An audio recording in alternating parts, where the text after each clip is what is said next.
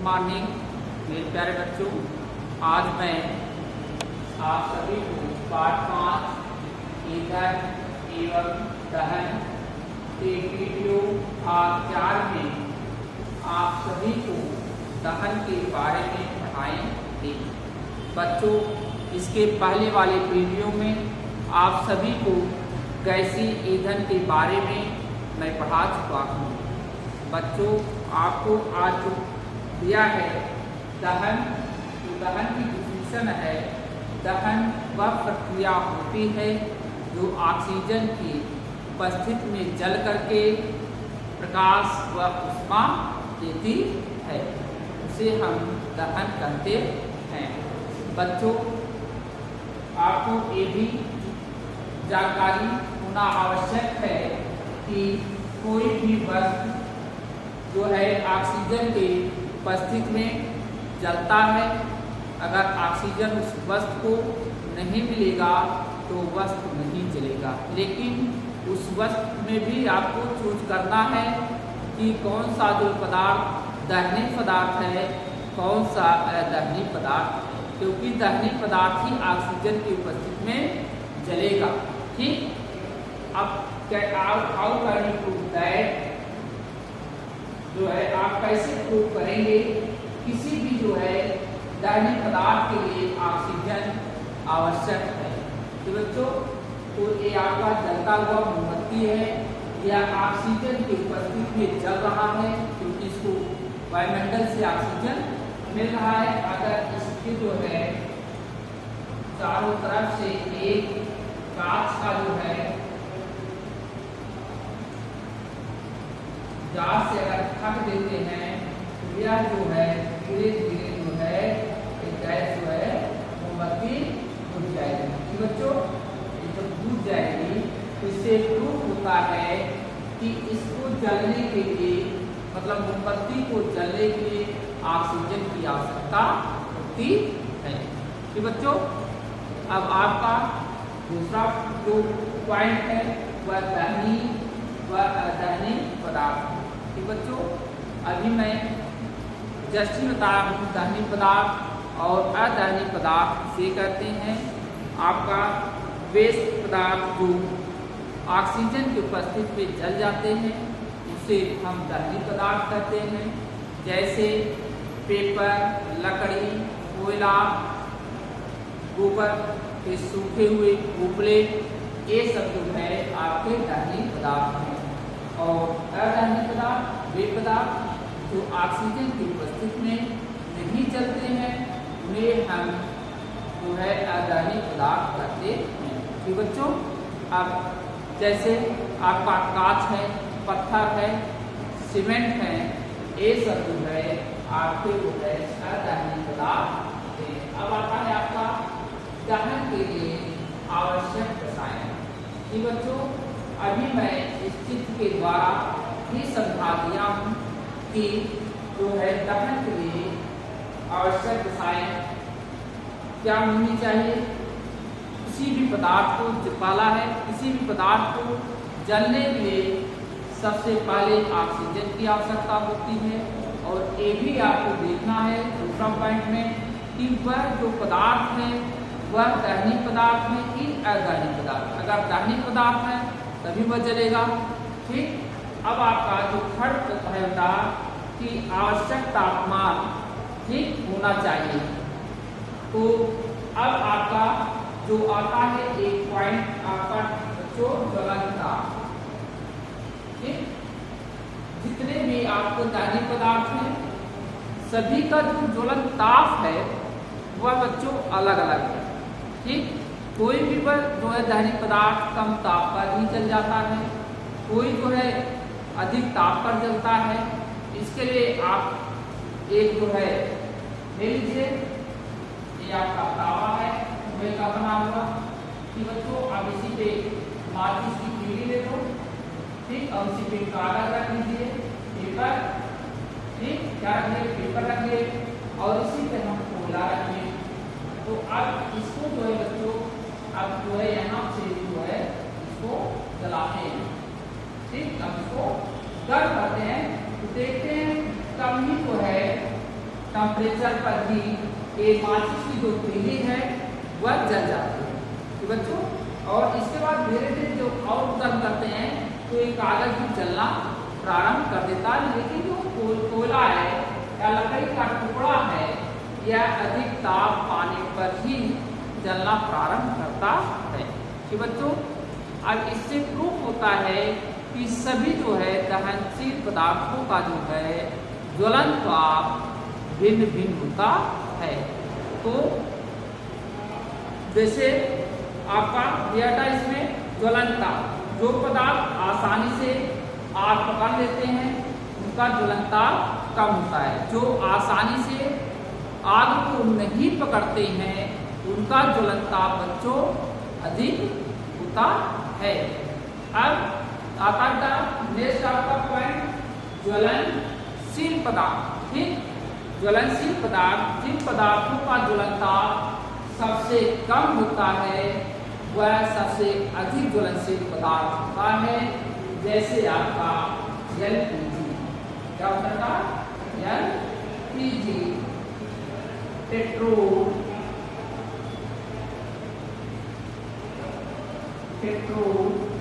Diesel, ठीक, ये सब जो है सबसे अधिक ज्वलनशील पदार्थ है। ठीक, और बच्चों आता है दहन के प्रकार। ठीक बच्चों दहन के जो प्रकार हैं, दहन मुख्यतः 4 प्रकार के होते हैं। मंद दहन, दूसरा तेज दहन, तीसरा अतेज दहन, चौथा विस्फोटक। ठीक, तब विस्फोट बच्चों जो आपका मंद दहन है, जैसे आपका कोशिकी श्वसन, ठीक बच्चों, यह आपका मंद दहन है, यह धीरे धीरे चलता है। तीव्र दहन में आपको जैसे माचिस की तीली को जला करके गैस के पास ले जाते हैं और बर्नर को ऑन करते हैं तो गैस तेजी के साथ जलने लगती है या तुरंत आग पकड़ लेती है। इस प्रकार के जो पदार्थ होते हैं उसे हम तीव्र दहन कहते हैं। तो अब आता है आपका अति तीव्र दहन। बच्चों अति तीव्र दहन में जिस दहन में अतिरिक्त ऊष्मा की आवश्यकता नहीं होती है उसे हम अति तीव्र दहन करते हैं। ठीक, जैसे फास्फोरस जो है वायु के साथ क्रिया करके जल्द ही वह आग पकड़ लेती है, तो फास्फोरस आपका इसका उदाहरण है तीव्र दहन का और अति तीव्र दहन का। ठीक, अति तीव्र दहन भी वही है जो जल्दी से आग पकड़ ले, वह पदार्थ क्या है, तीव्र दहन के अंतर्गत आता है। अब आता है विस्फोटक। तो बच्चों विस्फोटक आप दीपावली के त्योहारों में देखे होंगे, जब आप किसी विस्फोटक पदार्थ को जलाते हैं माचिस की तीली से तो बच्चों वह जलता है। जलने के बाद उसमें से आपको प्रकाश, ऊष्मा और आवाजें निकलती हैं, उसे हम विस्फोट करते हैं, एक्सप्लोजन करते हैं। इस प्रकार की जो पदार्थ होते हैं उसे हम विस्फोटक पदार्थ कहते हैं। ठीक, जैसे TNT है, ट्राइनाइट्रोटोलुएन, यह एक विस्फोटक पदार्थ है। बच्चों अब मैं आप सभी को ज्वाला के बारे में पढ़ाएंगे। बच्चों आपको मैं बता ज्वाला फ्लेम इसे कहते हैं। बच्चों एक ज्वाला वह क्षेत्र होता है जहाँ गैसों या वाष्पों के जलने से ऊष्मा व प्रकाश उत्पन्न होता है और एक ज्वाला एक ईंधन के तीव्र दहन के फलस्वरूप बनती है। तो बच्चों केवल वही ऊर्जा क्रम ज्वाला के साथ जलते हैं जो गर्म होने पर वाष्पीकृत होते हैं। बच्चों यहाँ पर मैं अब आपको नेक्स्ट पॉइंट है मोमबत्ती की ज्वाला। बच्चों यहाँ पे मैं जलती हुई मोमबत्ती के द्वारा आपको कुछ बताना चाहता हूँ कि मोमबत्ती की जो ज्वाला क्षेत्र होता है यह 3 भागों में बटा हुआ है। सबसे भीतरी भाग, मध्य भाग, सबसे बाहरी भाग। बच्चों सबसे बाहरी भाग। बच्चों यहाँ पे जो सबसे बाहरी क्षेत्र है आप देखे होंगे यह नीले लौ के साथ जलती है। इस क्षेत्र में जो ईंधन का दहन होता है वह पूर्ण रूप से होता है और यहाँ पर जो है इसका जो इसमें मान होता है वह सबसे अधिक होता है बाहरी क्षेत्र। तो बच्चों जो बाहरी क्षेत्र है इसका जो भाग का तापमान होता है वह 1800 डिग्री सेल्सियस तक होता है। 1800 डिग्री सेल्सियस तक होता है। बच्चों अब आपका जो मध्य भाग है यह ज्वाला का सबसे बड़ा भाग होता है। इस क्षेत्र में ईंधन आंशिक रूप से जो है जलता है और यह जो है पीले लौ के साथ जलती है। किस लौ के साथ? पीले लौ के साथ या ज्वाला के साथ जलती है। इसमें जो है ईंधन का पूर्ण रूप से दहन नहीं होता है। तो बच्चों यह भाग का जल और धुआं देता है। तो अब आपका आता है सबसे भीतरी क्षेत्र। बच्चों सबसे भीतरी जो क्षेत्र है यह मोमबत्ती की ज्वाला की सबसे भीतरी क्षेत्र है। अन्य क्षेत्रों की अपेक्षा यहाँ पे जो है ईंधन का जो है ज्वलन कम होता है बेटा। इससे यह भाग अधिक ठंडा होता है और मोम के पिघलने से बनी बिना जली गैस होती है। इस क्षेत्र में एक कांच की नली रखते हैं जो लाते हैं तो यहाँ पर कोई प्रभाव नहीं पड़ता है, नहीं जलती है। तो बच्चों क्योंकि इसका ज्वलनता बहुत कम अधिक है तो एक अभी तक मैं आपको ज्वाला को जो पढ़ाया बच्चों और मोमबत्ती की ज्वाला के साथ समझा दिया हूँ और इसका चित्र कापी में बनाकर अच्छी तरह से आप तैयार कर लीजिएगा। बच्चों अब मैं आप सबको अग्निशामक फायर एक्सटिंग्विशर के बारे में पढ़ाएंगे। बच्चों इससे पहले आप देखे होंगे अस्पतालों में, स्कूलों में और सिनेमा घरों में आपको एक एक्सटिंग्विशर जो है लाल कलर का होता है लगा होता है। वह बेटा अग्निशामक यंत्र होता है। उससे कहीं आग लगती है तो उसी से बुझाया जाता है। तो बच्चों जो पदार्थ आग को नियंत्रित करने में उपयोग में लाई जाती है उसे हम जो है आग बुझाने वाला पदार्थ कहते हैं। जैसे कहीं आग लगा है तो मैं एक कंबल को अगर डाल देता हूँ तो उस एरिया उस क्षेत्र में आग बुझ जाती है, क्योंकि कंबल उस क्षेत्र में पड़ते ही वहाँ पे ऑक्सीजन नहीं मिलता है जिससे उस क्षेत्र का आग बुझ जाता है।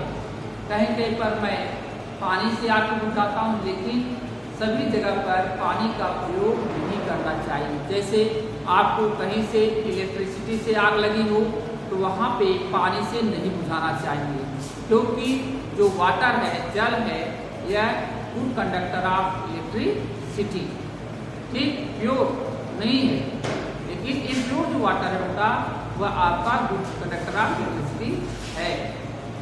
ठीक।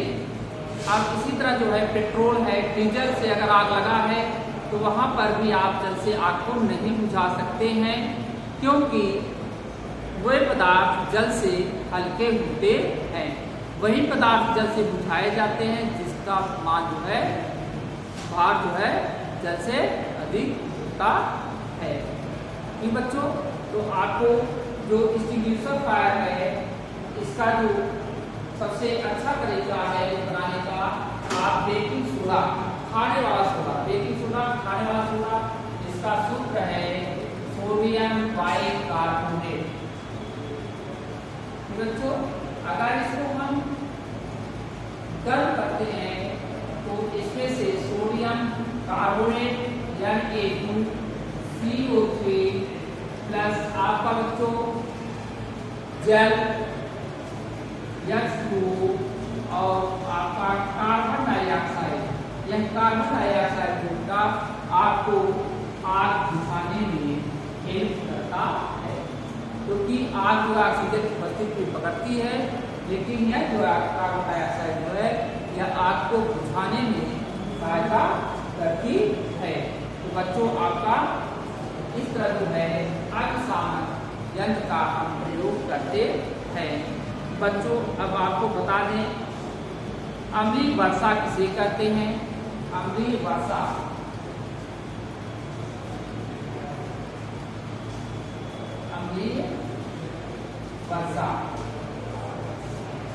Acid rain,